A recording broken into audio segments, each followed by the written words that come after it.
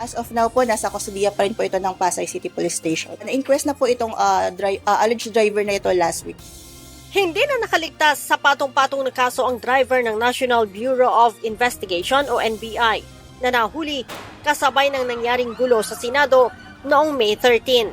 Ayon kay Southern Police District spokesperson, Police Lieutenant Margaret Panaga, bagamat walang nakuhang baril sa driver, na-recover naman sa kanya ang 30 bala ng 5.56 caliber o M16 rifle, bukod pa sa 15 piraso ng bala ng 9mm pistol.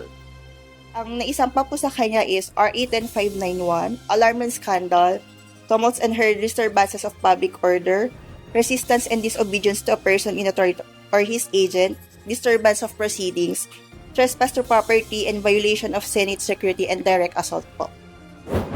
Kinumpirma din ng opisyal na nagpositibo ang driver sa isinagawang paraffin test. Base po sa resulta po ng SOCO, nag-positive po ito sa nitrates po, gunpowder nitrates po. Yun po ma'am ay chinecheck po sa paraffin test po, chinecheck po kung may presence po ng mga nitrate particles po na karaniwang associated po sa gunpowder.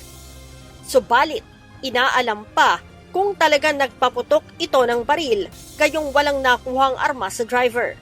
Sa ngayon po ma'am, hindi pa po tayo makakapagbigay ng conclusive details po dahil ongoing pa po yung sinasagawang investigation. Wala pang pahayag ang NBI sa pagsasampa ng kaso at pagpupositibo nito sa gunpowder. Una nang sinabi ng NBI na hindi nila tauhan ang naturang individual kundi isang volunteer lamang sa ahensya. Leia Ilagan, UNTV, News and Rescue. Diyos ang aming sandigan, serbisyo publiko ang aming pinahahalagahan.